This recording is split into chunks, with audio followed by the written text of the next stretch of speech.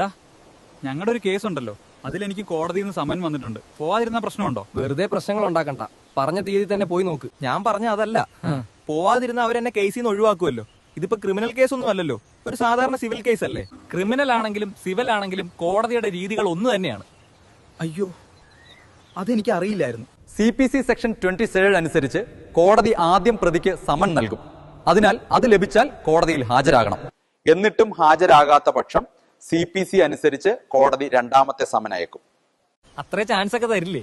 അപ്പൊ പ്രശ്നമില്ലല്ലോ. നിനക്കിപ്പോഴും ഇതിന്റെ ഗൗരവം മനസ്സിലായിട്ടില്ലേ? ഈ പറഞ്ഞ രണ്ട് സമനും ഇഗ്നോർ ചെയ്താൽ പിന്നെ കാര്യം സീരിയസ് ആവും.